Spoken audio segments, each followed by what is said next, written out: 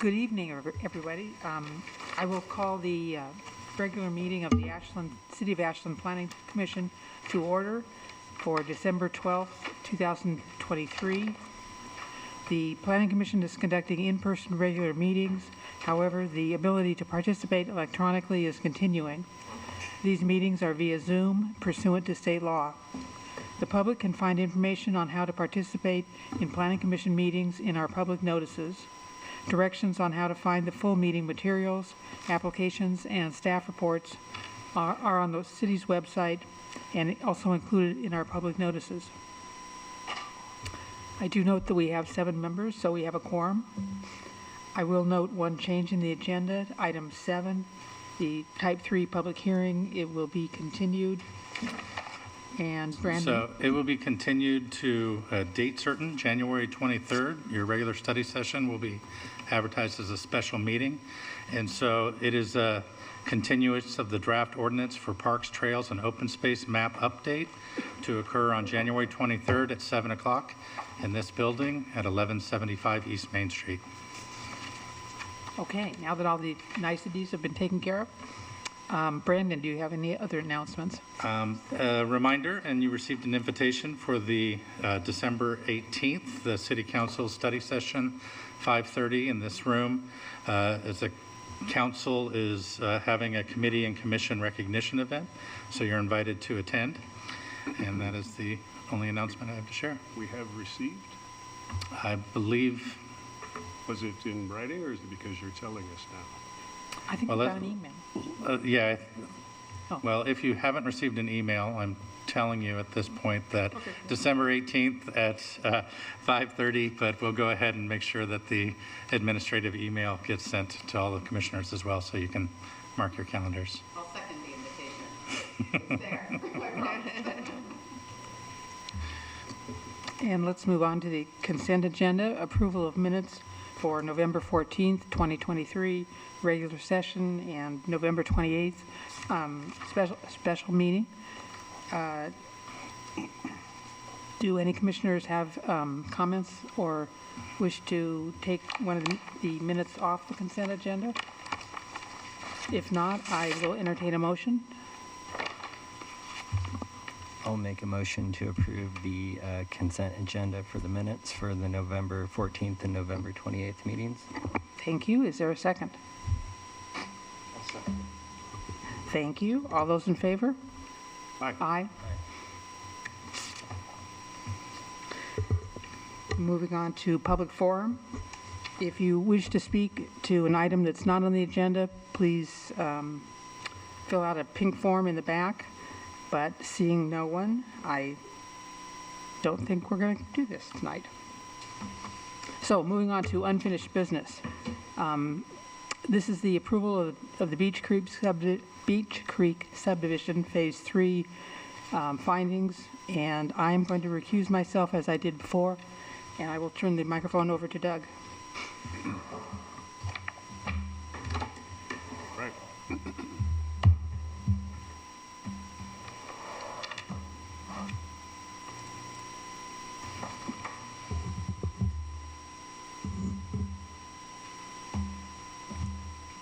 So type 2 hearing.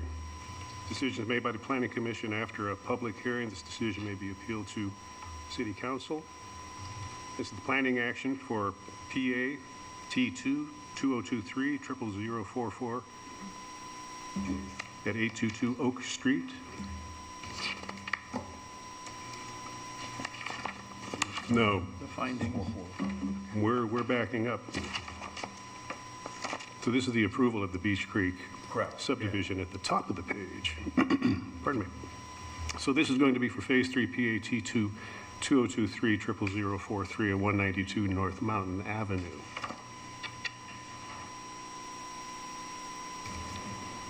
Has there been any ex parte contact by anyone? Commissioners? No ex parte. Russell? No site visit. Commissioner Herron? No ex parte. Bracken James? Ken Karen? No. Perkinson? Thank you. Any questions on the findings? See? Yes? So last time I had asked how satisfactory completion of the refinishing, that's not the right word, of the drainage area would be governed, and you answered that it would be governed through the process. But I was just kind of wondering which of these stipulations would cover that? I'll defer to Derek as the project planner. Typically, prior to submittal and signature of a final survey plat, there's a site visit in which staff will go out and ensure the prior conditions of approval on the outline plan are met. But Derek can. I mean, I think that's it. I think the condition number 2 talks about conditions of prior approvals. The outline plan, making sure that the civil plans, including the drainage plan, were implemented according to a final approved version by the Public Works Director. Okay, great. Thanks for that clarification. Sure. And my recollection, Derek, is that I think I asked you a similar question in the meeting, and you gave me same response, is that that final inspection would ensure that that was handled. Yep. Okay. Seeing no other questions, do I get a motion to approve the findings?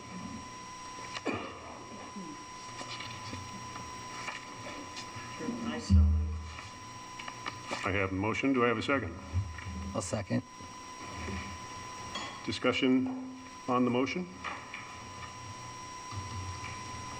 Seeing no hands up. Michael, can you take the roll call, please? Commissioner Perkinson. Aye. Commissioner Kincaid. We weren't at the meeting, I wasn't at the meeting, so. Commissioner McCracken James. Aye. Vice Chair Nauer. Aye. Commissioner Phillips. Aye.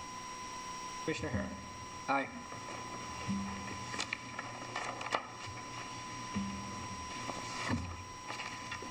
Motion passes.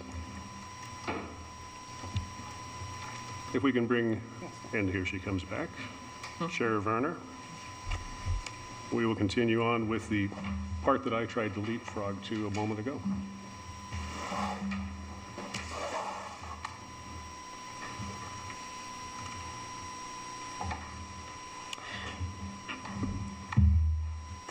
Thank you, Vice Chair Nauer. Now we will move on to the Type 2 public hearing, and those decisions are made by the Planning Commission after a public hearing. The decision may be appealed to the City Council. This is Planning Action PA T2-2023-00044 at 822 Oak Street for applicant Suzanne Zapp for Overlook Drive LLC. The applicant requests an outline and final plan approval for a 5-lot, 4-unit subdivision. A similar action was approved in 2021 but has expired. Applicant is also requesting a variance to allow a private driveway to serve 4 units and an exception to street standards and an exemption to the physical and environmental constraints map. The comprehensive plan designation is single-family residential. The zoning is R15, and the assessor's map is 391E04CA, and the tax lots are 200 and 201. Before we begin the public hearing, I will ask commissioners if they have had any ex parte contact or done site visits. Commissioner Herron? No ex parte, no site visit. Commissioner Phillips? No ex parte, no site visit.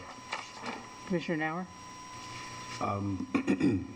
For the entire time, I think I mentioned the first time around that I had ex parte in the sense that I had met the applicant and we'd had a conversation socially.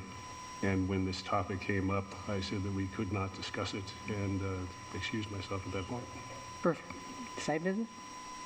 Site visit was today, yes. Okay. Commissioner McCracken James? No ex parte, no site visit. Commissioner Kincaid? Site visit, and I sat on this project 2 years ago, so. Commissioner Perkinson? No. No ex parte, no site visit. And I did a site visit today, and I also sat on this application 2 years ago as well. Okay, so I'm not aware of any challenges for bias, prejudgment, or personal interest. I will now open the public hearing. Alan, will you make the staff presentation? Good morning, or good evening, pardon me. My name is Aaron Anderson. I'm the planning staff, and this is a presentation for the Grizzly Peak subdivision. On the screen is a locator map showing the location of the property. It is at 822 Oak Street, and as you mentioned, it's tax lots 200 and 201. These lots together make up 0.86 acres, so the allowed density is 3.87, but with a earth energy advantage bonus that'll allow 4.45 dwellings. If this application looks familiar, it's because it has previously been approved. This is the plat that was approved in October 12th, and this is the present subdivision. Very the same, except really for topography. Really all of the sizes and shapes of the proposed lots, numbers of lots are identical. The application request, as you mentioned, Chair Werner, is a request for outline and final plan for a 5-lot subdivision, 4 of which will be for residential development, a variance for a private driveway to allow access to 4 lots rather than a public road requirement, an exception to street standards to not install park row and sidewalk, and then finally seeking relief from severe constraints.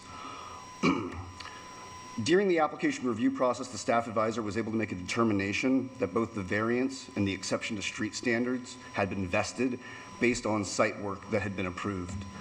This is the previous utility plan, and majority of this work has been completed. The view from 822 Oak Street here is shown from May of 2021, and this is the view today. You can notice that the street trees have already been removed, which is why we didn't revisit the removal for that.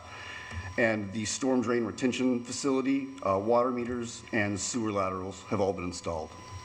And so for that reason, we don't examine the exception for street standards or the variance request further in either the staff report or in this presentation.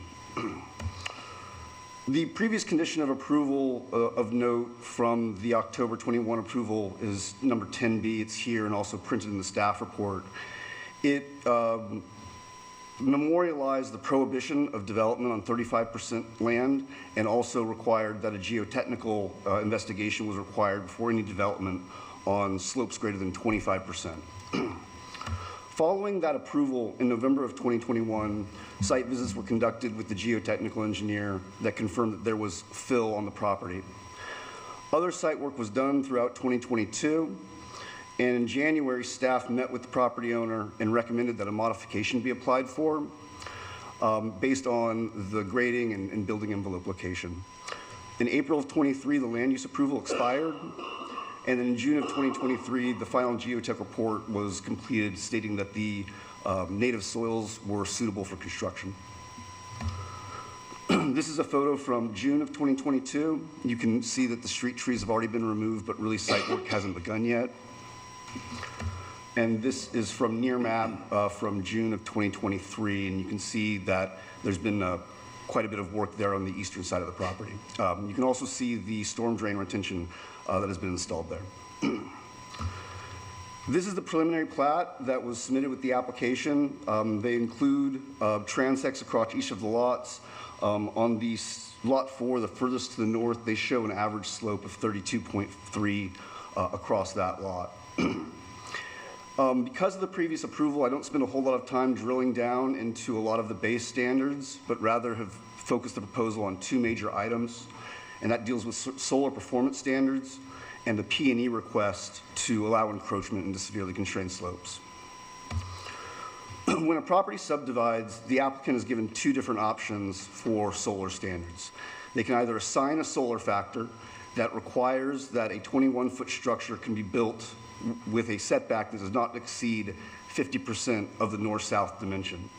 That's based on the local slope of the land, or they're allowed to assign a solar envelope.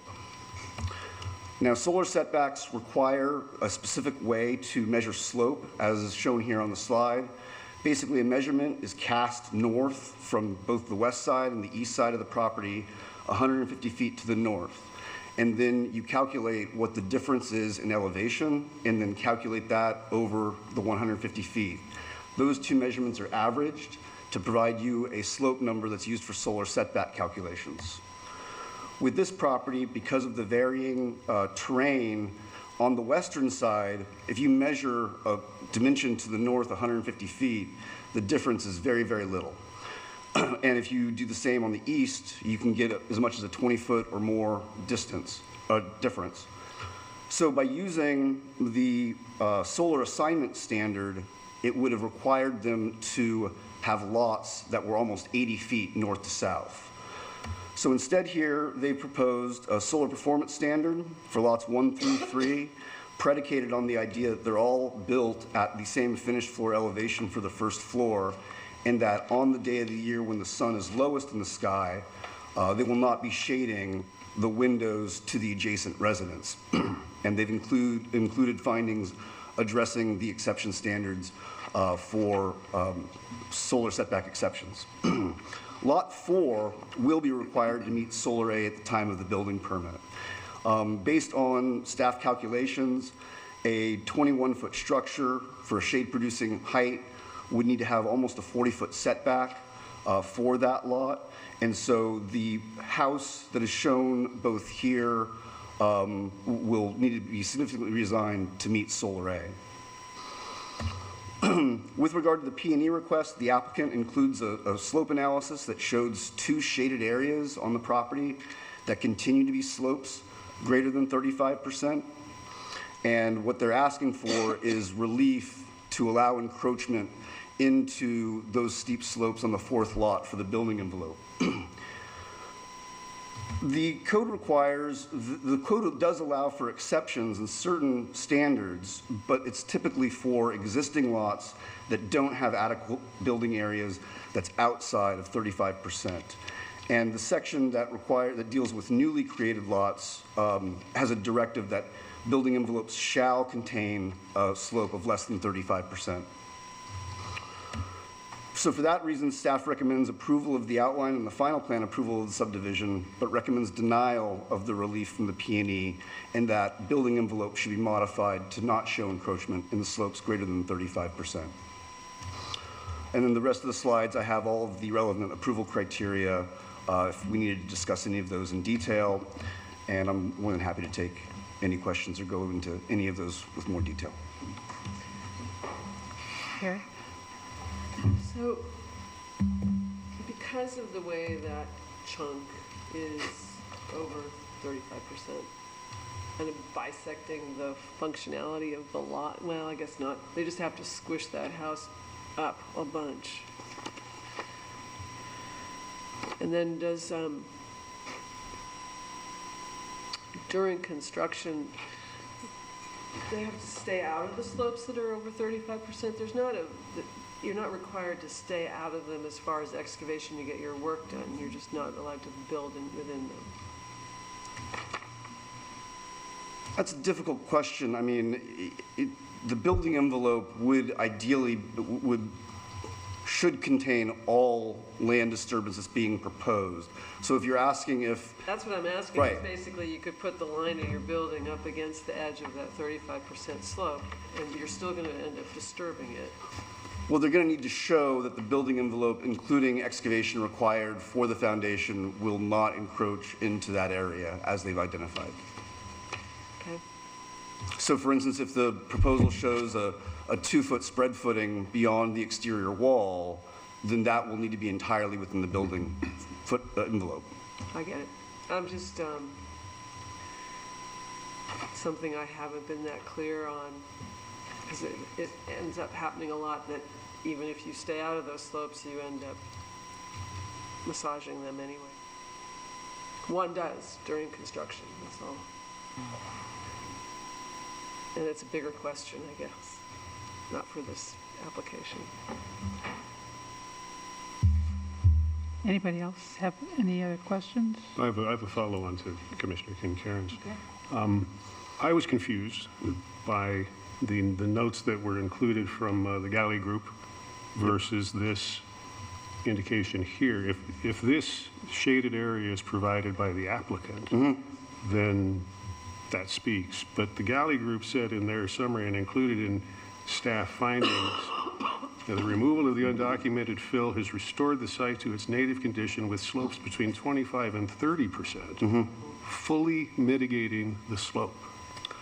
I would ask you to address that to the applicant. I would point out that the survey provided by Polaris shows an average slope over that fourth lot of 32%.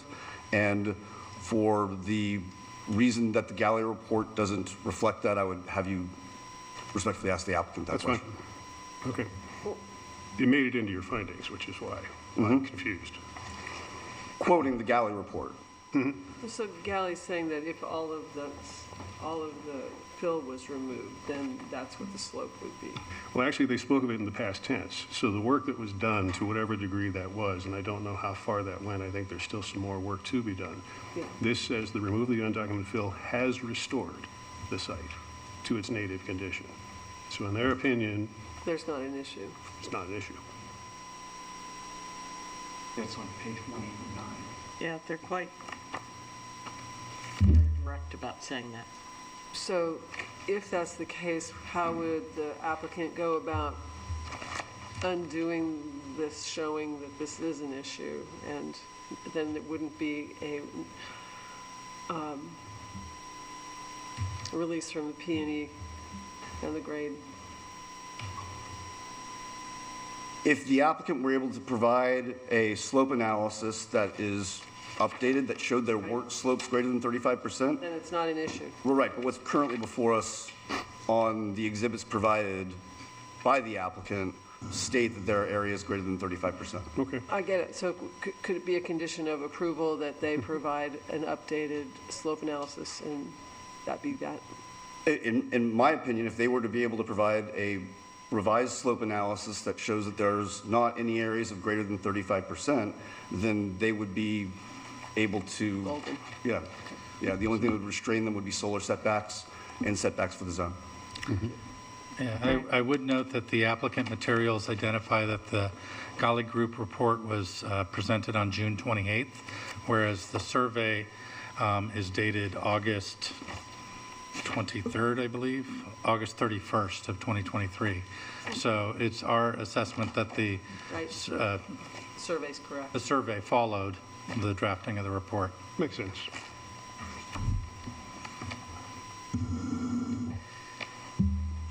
And then, if I may do one more. Go for it. If you allow me, it's what I would call almost a point of order. And I want to be certain that I understand and that we're consistent here. This application came forward, it was approved, certain conditions were placed upon it. The application expired. Staff has come in and said, we've now renewed the application, all of those approved conditions go forward. I disagree. I don't think anything goes forward off of an application that has been allowed to expire, and that should be revisited and just make certain that we may come to the same conclusion. But to leave any applicant with the expectation that they can let an application expire, come in and have all of those approvals automatically approved is not something that I think we as a commission want to have happen. I'm sorry that we didn't discuss this ahead of time, but it occurred to me as I was working on this. So, Makes sense. so I mean, I think we What have, makes sense? yeah, I think we can, as we make the motion, say that we are going to adopt them. But the statement was made that because they had been approved earlier, we're not going to discuss them, they're merely coming forward, I think would not be completely accurate from an administrative perspective, in my opinion on this. It sounds like it may be practice, though. I think there are two pieces here. One is the part that staff has decided is vested, and that we're not discussing tonight, and that they are saying is going forward. But it's the part that we are discussing tonight that would be a new decision. So the street trees, sidewalks, that kind of thing, those are vested because they've already they did some work on that part of the site, I understand that, but the application also expired. but they did the work before it expired. Okay. That can't be. So It may be a topic for just further discussion at a study session upcoming, but I wanted to just bring it up now to say that I'm not completely comfortable with the idea that somebody can walk away for a while even having done work, and then come back in and say, well, everything I got before, I get now, and oh, these are the other things that we might want to do. I'd say, no, I would think that the commission would want to take a look at that and say, do we still agree? Has there been any change in municipal code since then? Are there differences that we must now take into consideration that might not end up with the same results? Not saying that applies here in this situation at all. Like I said, it's sort of an administrative question on this approach. I would note that Planning Commission is the decision-making body for a type 2 planning action. And so staff's determination on the portion that was vested did have an impact in terms of fees collected for the application process. But the applicant's materials do cite rationale for those variances requested. So if this body did want to discuss and deliberate on those issues, the applicant can respond to those questions in terms of why that variance and exceptions to street standard is warranted. From staff's perspective, typically when a project is initiated and once work begins, it essentially has begun the application to the degree that it could continue to move forward.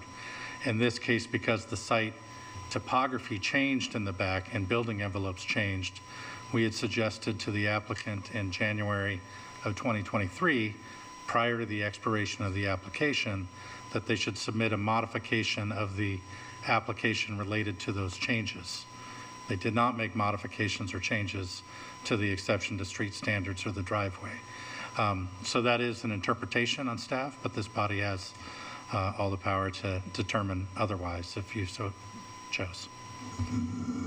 Understood. Like I said, I think we can have the conversation and see if there's anything that we might want to alter in the approach at a study session. I don't think it's going to affect anything we're doing here tonight, but it just occurred to me that an expired application is expired. It's done, it's defunct. If it comes back, it's new. Seems to me. All right, so there was no question, it was me simply commenting on our processes. Can we go back to this, Chair? Thank you for the indulgence. My pleasure. And now we will turn to the applicant for presentation. And we have Amy Gunter and Suzanne Zapp, who have indicated that they would like to speak. Give me just a second to end my presentation.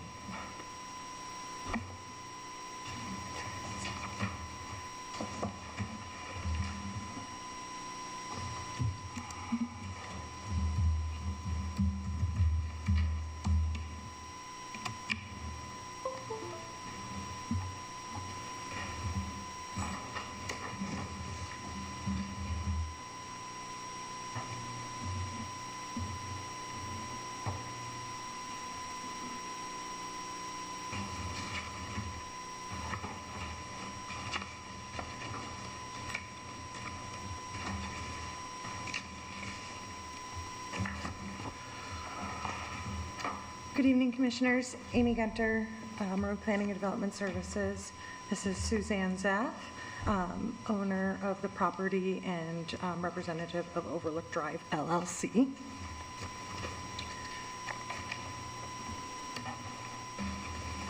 The subject property are two legal lots of record that consist of two properties, tax lot 200, tax lot 201, and 822 Oak Street was the smaller parcel. It used to be occupied by a small residence that was previously removed.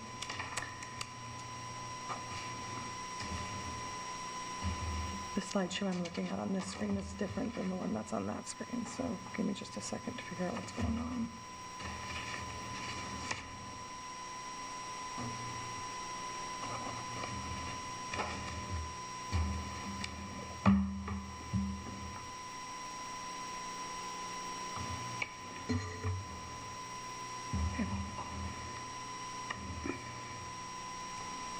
Just look up there so I know what's going on with my slideshow. So the property is generally flat, excepting the eastern portion of the property where the lot has greater slopes. I don't have that really cool program that Aaron does, but I'm going to try to pull up that aerial photography that shows the disturbance areas, and that might address some of the questions about the slope. But let's see if we can get this slideshow back going. So, Amy, sometimes we'll have this issue where multiple PowerPoints are operating, so if you close out PowerPoint and reopen it, it may resolve that Okay, glitch. that could be, there are 3 of them going at one time.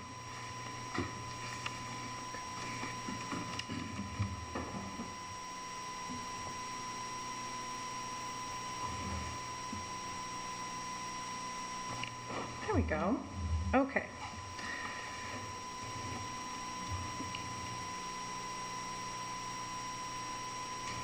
Okay, the proposal's for a 5-lot subdivision, 4 lots for development purposes, and 1 open space tract.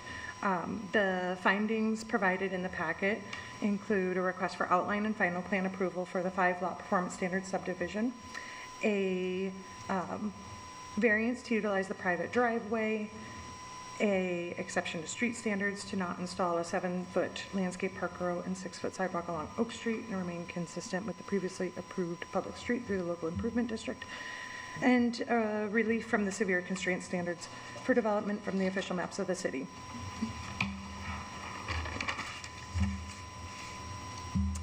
As staff noted, a lot of the work for the subdivision, utility infrastructure had been extended to the site. This is the master utility plan showing all the different utilities that are primarily installed and the location, lot area sizes of the 4 development lots and the open space property where the access is and so forth.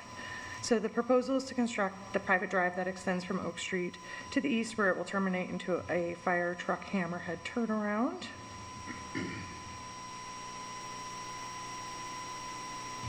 Turn on the laser pointer here. And then the private drive will extend to go to each development lot. Each lot will have access off of that private drive area. Within the common lot area, there's 2 large stature cedar trees that were preserved during the construction of the stormwater treatment detention facility. And then there's a landscape and irrigation plan showing what the common area improvements will be at a later date and time. The common area features are covered, and the driveway, utilities, so forth, they're all covered under the standards of care within the HOA rules and the CCNRs, and there were draft copies of those documents in your files. So the primary issue at hand is the solar ordinance and the severe constraints section of the ordinance. In the original application, it was determined that the areas of 35% were to be retained as undevelopable because they were considered severely constrained per this map. You can see it's here. There's little bits of areas all over town. This is the Kestrel Park subdivision, which is referenced in my findings. This is here. And then another one that's referenced in my findings is the subdivision, the Oak subdivision out by the freeway. So the reason the property was filled with trash, turns out. Those steep slopes were, it appears like if you read through my findings, it looks like there was a house. That house had a fire. That house went away. That house went away, appears, to the east side of this property because the type of materials that were included in that fill included burned lumber, clothing, bicycles. Take your mind back to the craft food jars that you saw in the 1980s. They were scattered all over the property. It was all things from like the 80s and household garbage mixed in with dirt, and it created these steep slopes that covered a large portion of the property. So the geotechnical experts came out and they reviewed the excavation of the slope, and that excavation took place in this area here. So these are the areas that were had that fill removed. If you've been on the site visit today, you would have seen that this area of lot 4 that shows up is just dirt. It's grass, it's dirt, it's natural slope. It's 35.8%. So it's a smidge over what's required. Had it been scraped with the rest of the slopes, we would not be having this discussion. There's a lot of things about the severe constraints ordinance that cause consternation for me as a representative of numerous applicants in this town, and that's because the language doesn't really do what the code would maybe say it does, especially when it says things like you must include the area outside of the footprint that's included in the area of disturbance in your building envelope. That is not anywhere in the ordinance. In fact, the ordinance allows for areas, AMC 18.3.10.020 applicability, allows for up to 1,000 square feet of disturbance, up to 20 cubic yards of material. So in theory, this could all be scraped and this would go away just by doing that exempt thing, staying under the 1,000 square feet, stay under the 20 cubic yards. I was being really honest here. I was just being ethical and honest. This is what the survey map shows. Had we had the geotech scrape or the excavator scrape the site, we wouldn't be in this predicament. When they come back and they scrape off that less than 1% of dirt that is scraped in all construction sites, you get down to the native grade, which is the required for construction, you no longer have those severe constraint slopes in quite a few instances. So it's really splitting hairs here because it's a 1% difference between what is happening directly adjacent. So the findings talk a lot about clear and present standards, applying the same standards here as applied elsewhere in town. And really that is coming down to what happened directly across the valley. You can look right across the valley at the Kestrel Park subdivision and see houses on slopes on that map that are mapped as more than 35%. There's a mention in the notice blurb that there's 35%, and there's one statement in the findings, but that's it. Like, there was none of this hoop jumping through and the slope analysis that was required. In fact, here's our averaging, here's their averaging. Their slopes are substantially steeper than our little tiny 188.5% slope, but it was a different time, I guess, not different standards, but they were applied differently. So when I'm referring to how are these standards apply and having clear standards that apply to needed housing, I'm looking at it more from the layperson. I'm glad that staff went to using case law to shut down my argument, but I do want to make the point that we have to also look at what is happening directly across the valley. Those houses are not on a steep slope, they're not dangerous, and so we're looking for the same application of the code. So essentially, we believe that the encroachment into this area is unique because it's not really protected slope. It's really small, it's in the middle of the lot. Once the 1,000 square feet of area is scraped off to make room for the house development, it will likely be 35%. So I guess I would ask that we are allowed to either do a slope evaluation to readdress this area, or worst case scenario, the contractor said that they could engineer an alternative construction solution and essentially cantilever that building right over that area so it doesn't touch that slope. So those are the issues that I'm having with the 35% slope, is that we're sort of splitting hairs. Once you actually do the site work to prep a site, you lose those severely constrained, especially when it's less than a 1% slope. So my next one is the solar. I believe the Planning Commission has addressed this solar performance standards quite a few times, and I think that most of the commission understands the issue. Aaron did a great job of explaining how, as the property falls to the north, it's a relatively gentle grade per the solar code, but it's actually falling very substantially east-west, which then draws the house to be a taller structure from a shade producing point to natural grade. So it's much like the Kestrel Park subdivision. It used to be called the Mill Pond Standard. It's in these places where there's some slope and topography makes your buildings taller, which then doesn't meet the solar ordinance, and so these solar performance envelopes are applied. The designer, when we came through the first time, we did not have house designs, and so it's really hard to know what solar is going to happen.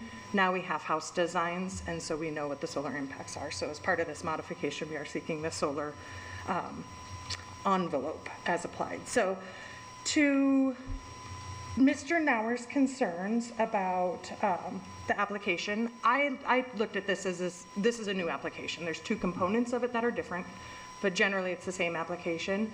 And in looking through the October 13th analysis of the original decision, I think other than that condition 10B, all of the conditions and discussion within the findings are really about the same things.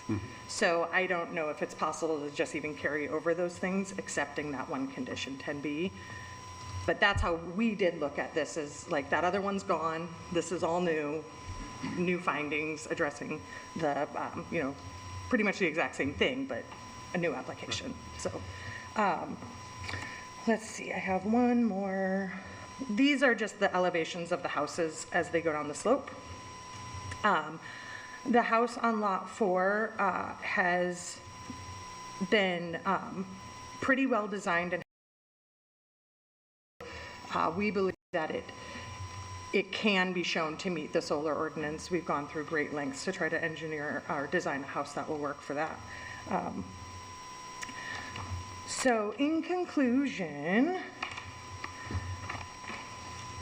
we believe that this subdivision, as applied for, including that minor encroachment area or a modification of the envelope, can be approved. The proposal provides for energy efficient housing, provides needed housing for both owner occupancy or renter occupancy. The performance standard subdivision is necessary to preserve those two significant trees and allow the use of a private driveway instead of a public road. Also allows the ability to use that private drive instead of a public road that will dead end and not go any further. Allows for the preservation of a common area that typically wouldn't be required for a smaller subdivision, and allows for the development of single-family homes using the similar standards that have been approved throughout the city with respect to hillside development and solar ordinance. That's all I have. I don't know if we have any more time left. Did you have a timer? Okay. And I'd like to add one more thing, Suzanne Zapp here. The primary reason why my permit expired is that my contractor was pulled to other very valuable projects to help the Alameda fire victims. And so he literally walked off my project and was helping others in need. And they were larger projects, and I was the smaller project, and my permit expired. So that is a great reason why I'm here today. Do any commissioners have comments or questions? Question. Okay. What is the square footage of that piece that you are, the encroachment piece? It's 188.5 square feet. Mm-hmm. So why, and if I missed this in your findings, I'm sorry, but why didn't you just say this doesn't apply because this piece is only this large? Because the ordinance has three, staff might have to help me along here, it has three types of things that trigger development. It's removal of more than 1,000 square feet, or removal of more than 20 cubic yards, 1,000 square feet of surface area. There's a floodplain thing, and then construction of a structure. So anytime there's construction of a structure, no matter how big it is. Okay, so it still kicks it into being. It's triggered. Yes. The code does have an interesting exception that it doesn't really answer your question, but AMC 18310.020A1B allows for up to 300 square foot addition without additional hillside review to existing structures. So I don't know how that applies in this case, but essentially we're being told stay out with an envelope, but then in theory, You could add it. you can add 300 square feet later, but if you have an envelope, can you? So those are the study session questions, but they apply here, and they apply all the time on hillside developments, and it makes for confusing applications and how to apply it equally and fairly. And Carrie, I can just touch, the question isn't about, or the issue isn't the square footage of development. It's that it says creating new lots, they have to create a buildable area understand. that doesn't contain those lands. Yeah, so it's not a square footage or cubic yardage, it's the new so lot's not supposed to have them at all. The square footage issue is actually just a definitional. Yeah. Okay. So, Commissioner McCracken Jane? my question is with regard to the letter from Risa Burke Oh, about yes. her perspective that there is still junk that should be removed. Ms. Zaff and her had an email communication today. So when they started exploring the dirt removal, we essentially were doing it outside of permit, right? We should have had a permit to remove that dirt because we were in that areas of 35%. So we stopped removing the dirt. Once they got in there, got the large portions out, they did not want to have any sloughing of materials across property lines, so they intentionally kept all of the excavation back from the edges.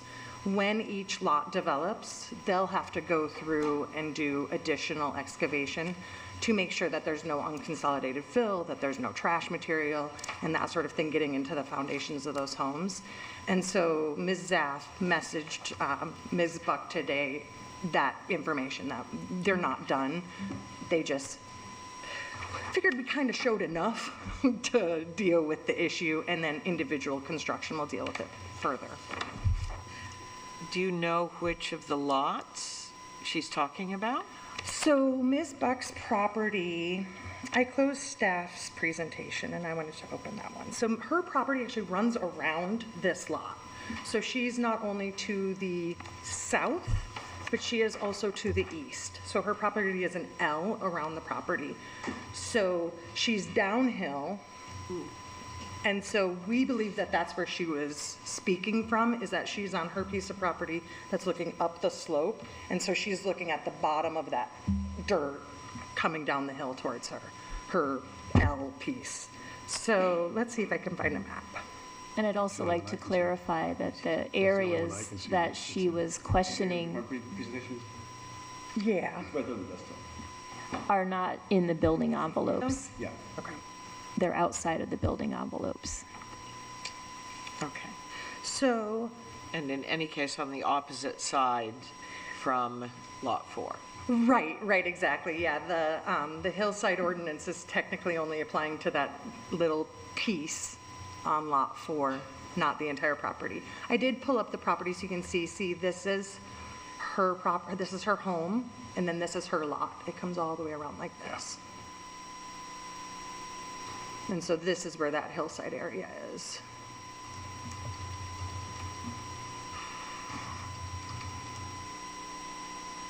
So in an effort not to have the excavation erode into her property, we left a little buffer so that the earth wouldn't go into her property. But that's exactly what she's having an issue with, is the little piece that we left.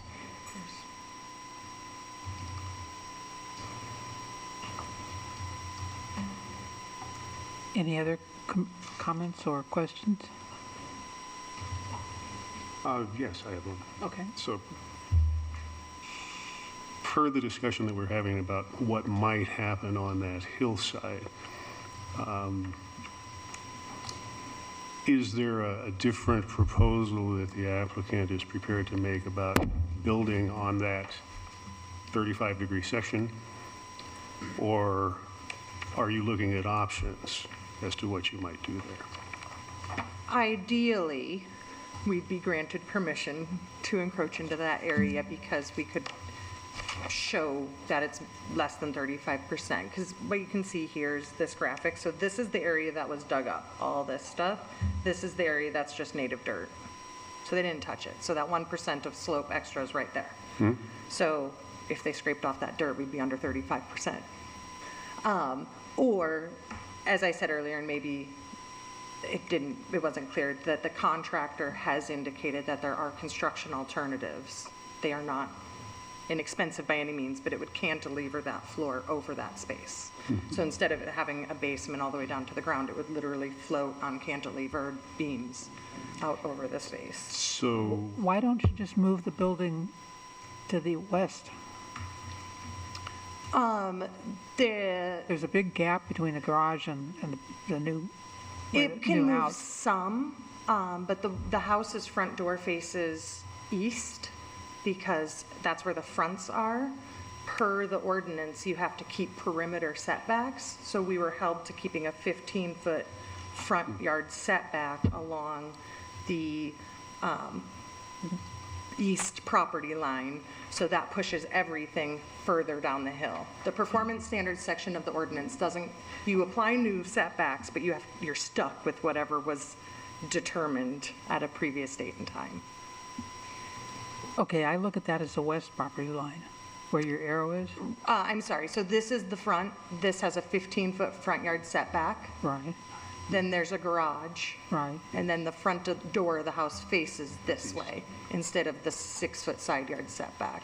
So that space is between the garage and the front door of the house. Right, and so my question is, why don't you close that gap?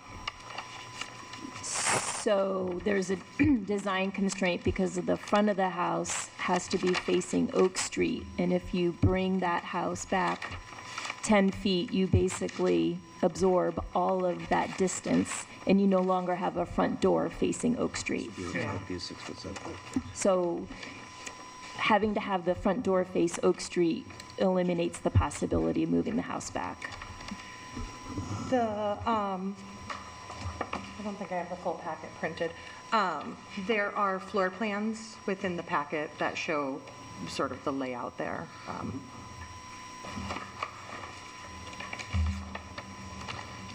So to clarify, Lot 4 indicates a 15-foot setback from the westernmost property line to the side of the garage. Correct. And then shows a 12-foot gap between the easternmost side of the garage and the building primary home. Right. And I think that's the gap that you're referring to in terms of if that new building was shifted back to touch the garage and be redesigned in terms of floor plan, would that be a solution to being off of the steep slope? Right. So, Right, and the answer is no, because we won't have a front door facing Oak Street. yeah, you could. You'd have to, You'd have to eliminate a garage. No. No, you just redesign the Yeah, house. it would just be a different design and perhaps not the front door in the location as presented.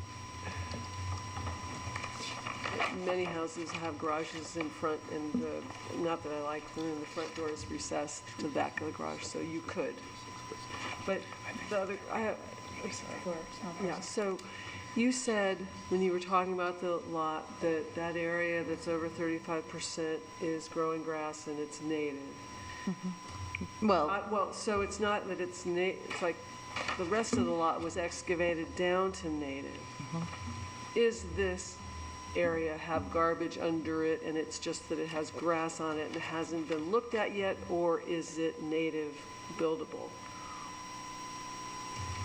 we don't know if there's trash in that portion of the property because they didn't dig that far. They went based on, there was a sort of a clear trash slope, and that's where they went to the edge of. They didn't go beyond where there was a clearly created, pushed off slope. Yeah, it just seems like, I just wanted clarity because you just said native and you're using native in two different ways. Yeah, native in the sense that it is the, it's like your yard and your backyard. It's still dirt. growing stuff. It's dirt and it's grass on top of it, not native grade. Got it. Yeah. I have another question. I think it's of staff.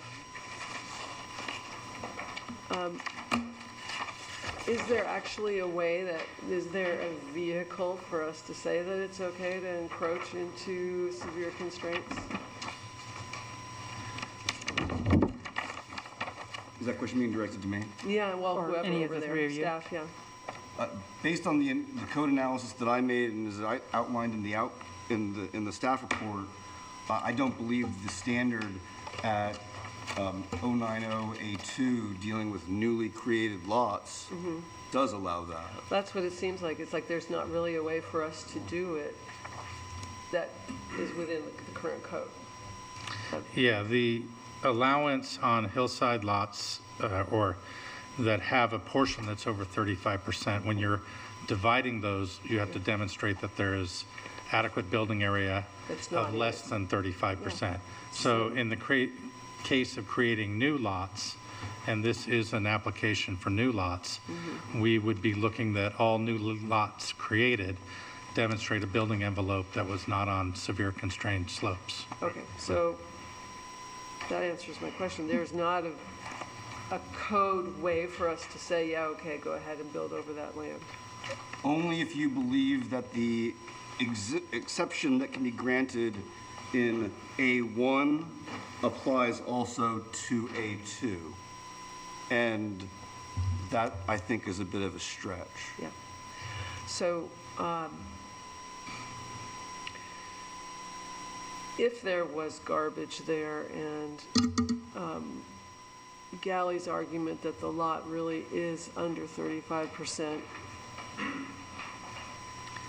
would the applicant have a legal pathway to go ahead and clean up that overburden of junk and then provide a new Survey. Yeah. survey?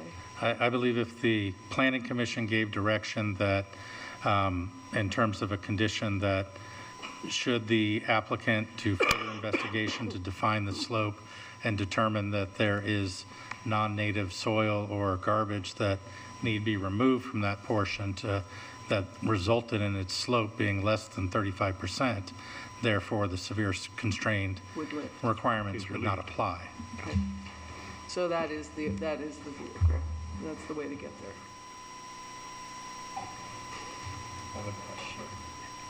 Russell? How is this overcome in the Kestrel subdivision if there were slopes over 35%? I think in the Kestrel subdivision, on the most recent phases, staff had made a number of site visits there and did not observe those slopes on the ground that are shown on our GIS map.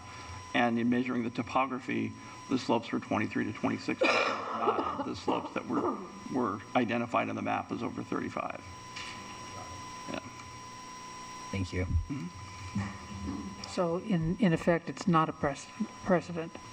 It's not a precedent. I mean, I think our GIS maps have been not super reliable in terms of if there are trees or it could be blackberry cover, things that could alter the topography as it reads on the map. And it's standard practice to get a survey and not depend on what the city's maps say is over 35%. You go and you get a survey and then you identify what truly is going on. Yeah. So that's normal. So in that regard, is there a standard degree of accuracy, or is 35% absolute? And what is the protocol for rounding? I would note that the city GIS information comes with a disclaimer that it is not to be considered accurate for the purposes of determination. We can see that a 10% slope is not a 35, but when you're on the cusp, a survey is far more accurate, and staff would defer to a surveyor that has done ground truthing and measured the slope. A stamped survey would be the determining factor. As far as margin of error, 35 degrees is a threshold. So anything over 35 would be considered severely constrained. Just like a 6-foot minimum setback is a minimum, not 5'11", or those numbers are clear and objective. Okay. And follow-on question, the other options that were discussed, maybe moving the house closer to the garage or relocating perhaps the front door, are those of the same strength isn't the right word, but if those kinds of variances were requested, would they? It's not a variance. It's not a variance. Sorry, not variance. Okay. If they move New the person. building envelope, it's fine. Yeah. Or they, So- Okay, so those kinds of changes would be more easily done. They don't require planning approval in that sense. The building envelope would comply with the standard to be outside of severe constraints and not encroach on the minimum setbacks. So my sense in my earlier questions is that applicants feel that through normal construction, that this problem is going to be relieved potentially by taking off the 1% topsoil and measuring that grade appropriately, perhaps definitely using a surveyor. So I would see the possibility of a conditional approval. I have a problem with the way you're saying it, Try for it. the same reason that I questioned Amy. It's not, you can't just go in and remove topsoil to fix the grade. The topsoil that's there, if it's not artificially created by garbage, is the grade.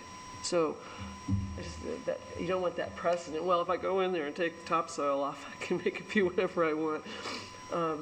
And I know you're not saying that, but it's like. Was not my intent. No, I looked at it based on Amy's comment as just a standard method of setting up the plot for construction. Yeah, but you also, if it's over 35%, you don't peel the top. It's almost, so the only reason I suggested they do it as if they're removing garbage. So one of the things, is it okay if I go off for a second here? Sure, So go ahead. one of the things that happens is that you really do want to try to look for, when you're trying to develop properties that have slopes that are over 35%, you look for what the natural grade would be in a natural condition. And We don't have a natural condition no, here. we don't. So, but if we did have a natural condition and topsoil would be a natural condition, you wouldn't just say, well, we'll go and take off an inch of that and call it good. So that, I was just responding to the way you said it. Okay. That's all. Okay, I get it. Okay. I also would think if there was fill in there, that would make the slope even steeper because you're going to remove that fill out, get back to say, okay, yeah, it maybe where this trash was, it was even a steeper slope at that point, but I don't think we want to go there. I'm just saying, I don't think we're going to gain anything by saying there might be fill in there that's non-native. You remove that non-native fill, now you have an even steeper slope. No, it looks like it's creating a mogul. Yeah. The comment from Galley was that it had created this steeper slope because of the accumulation and the way it accumulated at that top level. Basically a pile of dirt or a pile of garbage, and then the downhill side of that pile is going to make it steeper. But not on lot 4, right? Not what? On lot 4. Yes, on lot 4. We're not sure what's there. If there's garbage there, and if there's not, then I don't know. So just as I remember the picture and think about the act of scraping the soil to see if there's garbage on lot 4, you're going to effectively change the nature of that profile. So if we were to, and I'm not suggesting this is a bad idea, but if we were to provide a condition that said that it was okay to explore to see if there was fill in that area that hadn't previously been scraped, once they scrape to find whether there is or isn't, you've effectively changed the profile of that slope.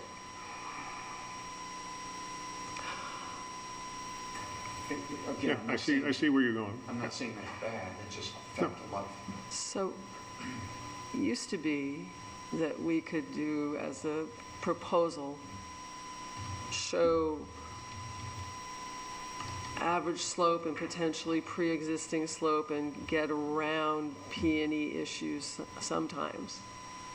And then that seemed like that was starting to not be an approved methodology for looking at slopes on lots. Where is staff sitting these days? I think that in a case where a geotech has looked at a property, a surveyor's looked at a property, and if they determine that those slopes were not natural, that would be considered in terms of whether it could then be altered or whether it was a pre-existing natural condition. In the case of that you're referring to, there are times where changes occurred in the distant past, and one means of looking at that would be to examine the crown of trees on either side of a mound, Right. and those kind of issues as a way to aim at determining whether there was a steep slope initially there, or if it was created through a road cut or other artificial means. But that burden would be on the applicant, and a geotech report would help inform that. These days, I think you're reflecting back to a period in which the,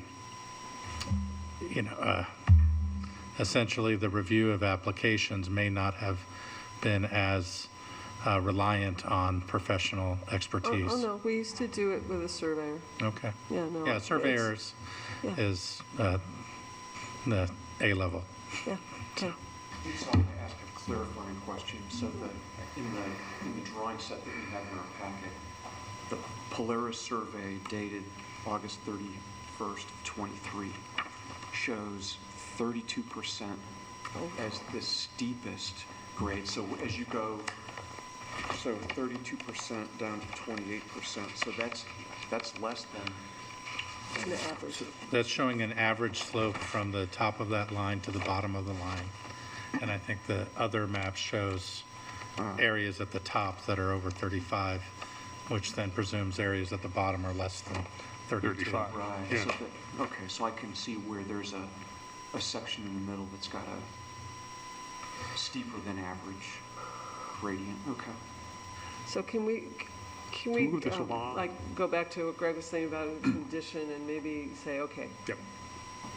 go forward with this application as is. A condition of approval is to do the due diligence on that piece of Lot 4 to show that it's not over 35%.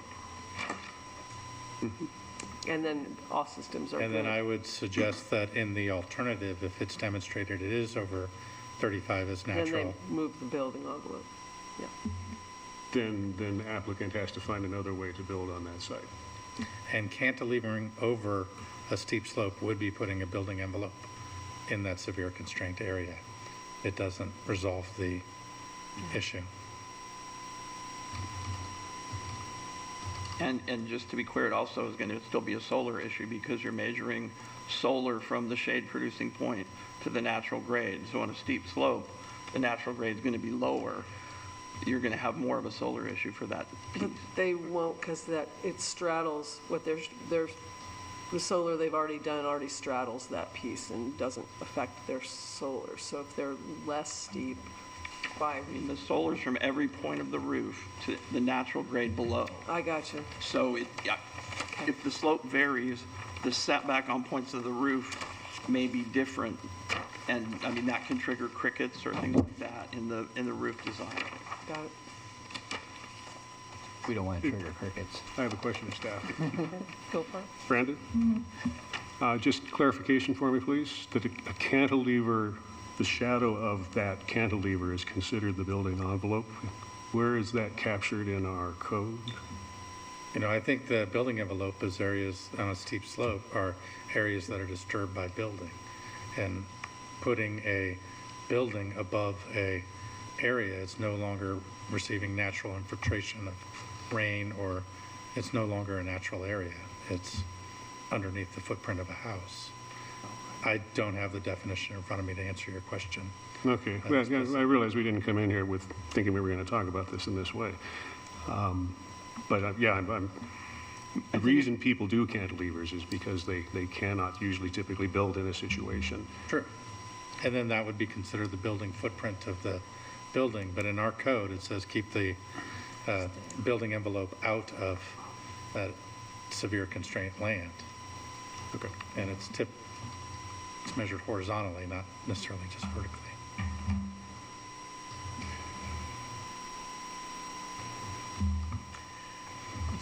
Would somebody like to make a motion? So could I ask one more question? Sure.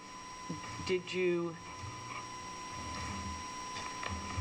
investigate ways of building the home on this lot without encroaching Is there a particular reason why encroachment is important for this lot? A couple of things. The house had been worked on in design before this latest survey. The original survey from the subdivision did not have 35% slopes in this area. So between the original survey and this one, there came up with a steeper slope. And maybe that is because of the work that they did on the site. So we had already started a house design, very specific design, addressing the solar, the heights of that building, that sort of thing, in that location. And then also, because there's difficulty in meeting that standard due to the small, somewhat random area that's in the middle of the lot on the north side of the structure, that's a unique and unusual circumstance. And it's on this one particular lot that affects an entire development proposal, reduces the lot buildable area by almost 50% because you can't go around it. So those are the reasons why the encroachment was proposed.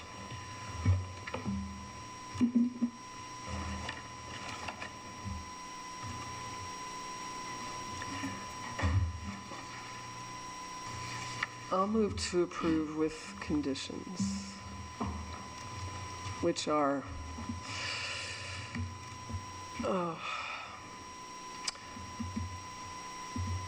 one of the conditions anyway, being that exploration is done of the area that is currently shown to be 35%, and if it can be shown that it is not, then the application can be approved as shown.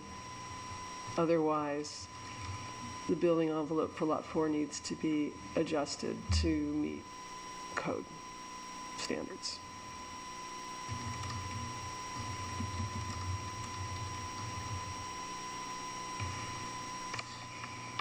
I can support that.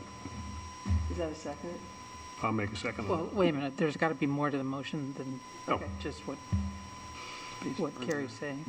So are you also including the other conditions that? Yeah, I just can't, I don't have them in front of me, and so if Okay. anybody else can pick that up, and, yeah, and the conditions of approval laid out by the staff.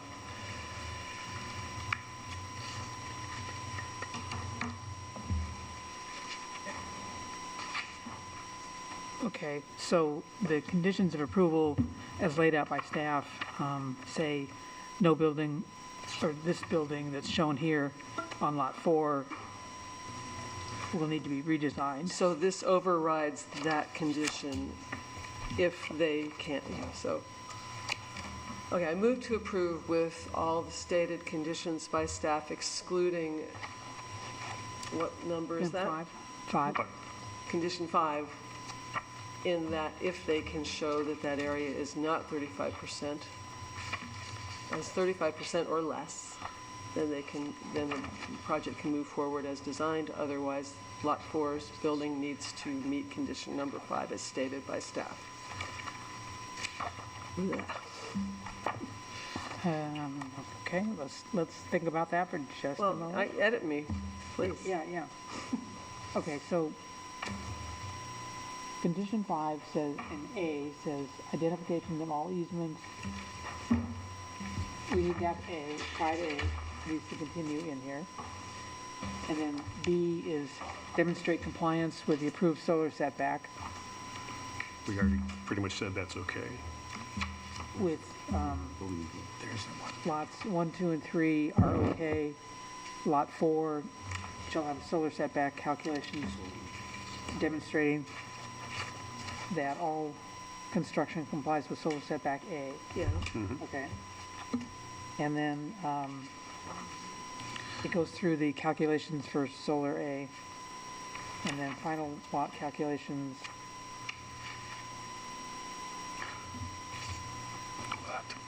There's a motion on the table. Okay.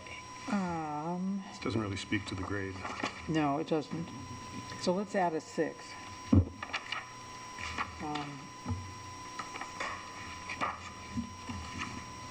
With number six condition that goes on to say. Okay, so you want me to try to say it again?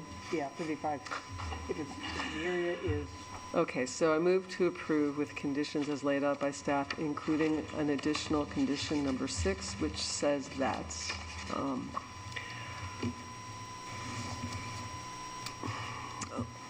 lot number 4 must move the building envelope to comply with severe constraints requirements or show that the area currently shown as over 35% is not. okay. In which case, if it is not, they can move forward as currently in the application.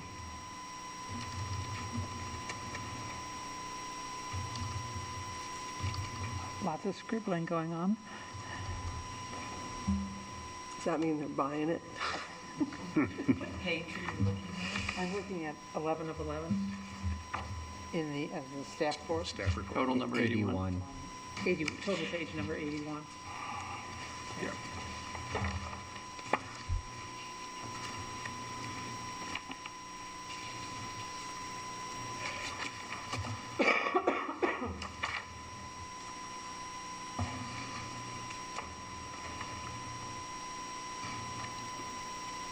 Does staff have a reasonable facsimile of what was said? Only thing I would clarify is we're still looking for a surveyor to demonstrate that, or, Yes, okay. Just that area. just that spot. I have some wording that I could suggest if Great. that the building envelope on Lot 4 shall be modified to demonstrate that the development does not encroach into areas with slopes greater than 35% unless it is demonstrated that the area delineated as severe constraints is, by a surveyor, is less than 35%. Currently demonstrated. That the area currently demonstrated as severely constrained is less than 35% by a survey.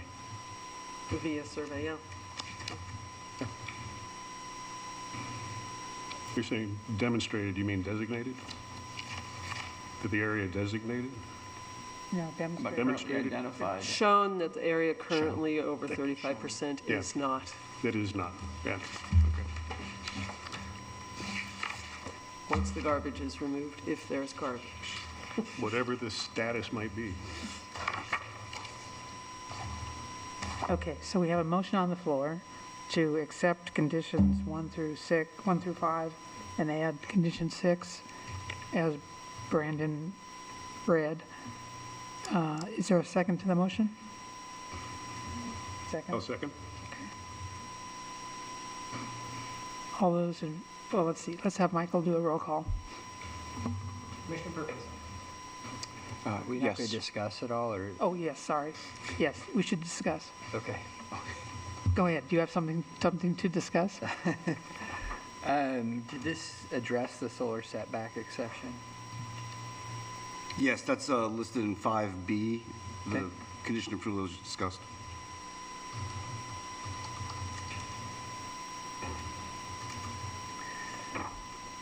And then we're talking about the area over 35 degrees that's currently designated on Polaris's August 2023 survey, correct? The August 31 survey just shows a transect across all of Lot 4. It's Okay. the site plan that has the building envelopes that exhibits the one area that they've identified to be greater than 35 presently. Okay, who did that survey? I believe that that is predicated on Polaris's data. That's what I would assume. The building designer is the one that created that. Okay, did they do an Alta survey, do you think, Polaris, when they did this, showing I current think so. topographic? Okay, No. Interesting. so where do we, So I think that's the cross-check. It's a great question. I Yeah. think that's the cross-check. My hunch is the survey is after the design. And that as you study where the design meets the ground with the new survey data, it may be that it's not a problem, it may be that it still is. so then the way the motion would be interpreted right now is it would be burden of proof by the applicant to get a stamped Alta survey showing There is not a section greater than 35% of slope inside the building envelope. Yes. So what's the difference between Alta survey and a regular going out there and doing a survey? So Alta survey, there's a Schedule A, and it's like 22 points, and you can, on the Alta survey, you can have them identify building edges, trees, soil disturbance, wetlands, topographic is one of them. So I would think that, so the way I understand it, at least when talking to surveyors, is an Alta survey is a bigger deal, and really all they need to do is go in and survey that area in relationship to the ground around it and show that it is not or is 35%.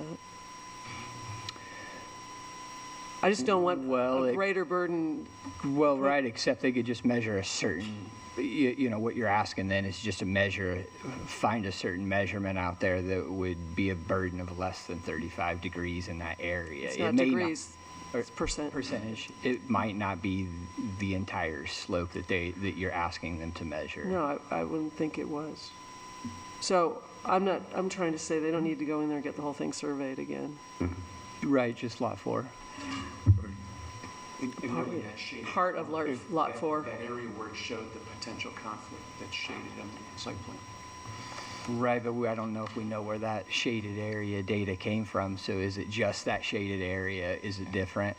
I think that's what my question would be. So the way that the building designer probably did it is the same way I do it, is you just go in there and you measure the distance between the contours. Yeah. And that's how you come up with what's over 35%, what's 25 to 35. And it's, surveyor can do it too, but it doesn't sound like he did. Could be, yeah, I see what you're saying. Is you so want you're something, relying on the contractor to do some math and to tell us that it's not, that's what my question so that's the way be. I do slope analysis, is you have to rely on me to be able to do it, yes. And, okay, so I guess my question would be, are we not requiring a certification for this information to come back to us? We're just relying on It has permit? not previously been required. I understand that. That a surveyor do the slope analysis. Okay. I understand that, but I think we have a conflict with it is over 35% or is not over 35% at this point. So Yeah, I think but I'm we just, need the whole lot surveyed. The whole lot 4. lot 4 or the area that is in the building envelope. The building envelope, yeah, I would say. Because you want to tie it to something. You don't want it just to be out there in space. It needs to be tied to something that you can find on the ground. well, they could just do lot 4. I guess, that's fine. I mean, given that there was already a discrepancy in an earlier,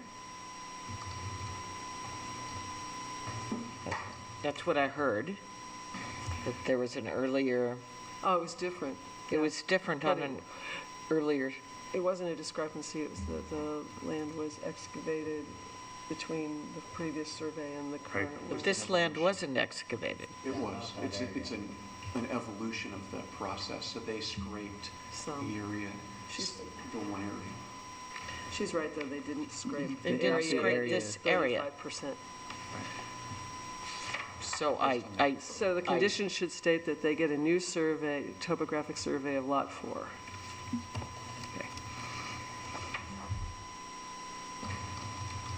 Okay. Do we need the motion read back to us? Just to be safe, Chair. Okay. Okay, so the motion is to approve the application subject to the conditions that are listed 1 through 5 in the staff report, and add a 6th condition that Brandon will read, and tie that to a new survey of Lot 4. I had continued to take notes while you spoke, so I'll give it my best. That the building envelope on Lot 4 shall be modified to demonstrate that development does not encroach into areas with slopes greater than 35%, or if it is shown through a new survey that the area currently illustrated as over 35% is less than 35%. for the building That envelope. didn't make sense, It sorry. doesn't. Yeah, I go on, completing a slope analysis within the proposed building envelope, so, It doesn't It include the doesn't. part that they have the ability to go in and see if that's, the overburden is garbage or not. so essentially what I'm hearing is that the commission would like a condition that stipulates that in order to allow the building envelope as proposed, that the applicant shall have a survey done of Lot 4 to demonstrate that the area shown as 35% slope or greater is not a natural slope, or alternatively, that the building envelope shall be modified to demonstrate that the development does not encroach into those areas of greater than 35%. Could someone record that? That's what I said. It's We're recording the whole meeting, we can find it. Yeah, because the point would be that if you do some drill sampling and find out that that is not a natural slope, then it's going to change. yeah. Okay, we have a motion, we have a second. Michael, would you like to do the roll call? Wait a minute, excuse me. Do we do all the discussion that was needed? Everybody discussed to their heart's content? Okay. Please, Michael, go ahead. Commissioner Perkinson, Yes. Commissioner Kincaid, Yes. Commissioner McCracken Jr., Yes. Commissioner Nauer, Yes. Commissioner Phillips, Yes. Commissioner Herron, Yes. Chair Bray. Yes. Okay, I think we've successfully Navigated. navigated this application. Thank you for your patience. Okay. We have,